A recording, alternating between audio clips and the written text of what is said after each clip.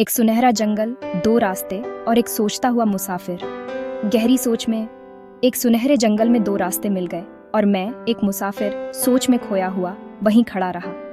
एक रास्ते को जितना हो सका ताक झांक किया, जहां तक वो झाड़ियों में गायब हो जाता था। फिर मैंने दूसरा रास्ता चुना जो शायद ज्यादा अच्छा था, क्योंकि वो घास से लहलहा रहा था और कम लोगों ने उस पर कदम रखे थे। लेकिन सच तो ये है कि दोनों ही रास्ते एक जैसे ही थे।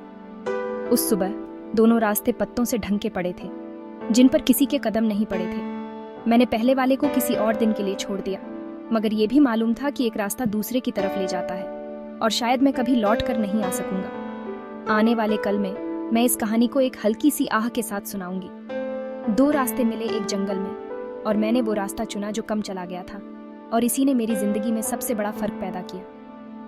कवि जो महत्वपूर्ण संदेश देना चाहता है वह यह है कि हम जो चुनाव करते हैं उसका प्रभाव हमारे भविष्य पर पड़ता है, और यदि हम कोई गलत चुनाव करते हैं तो हमें खेद होता है, लेकिन उस पर वापस नहीं जा सकते।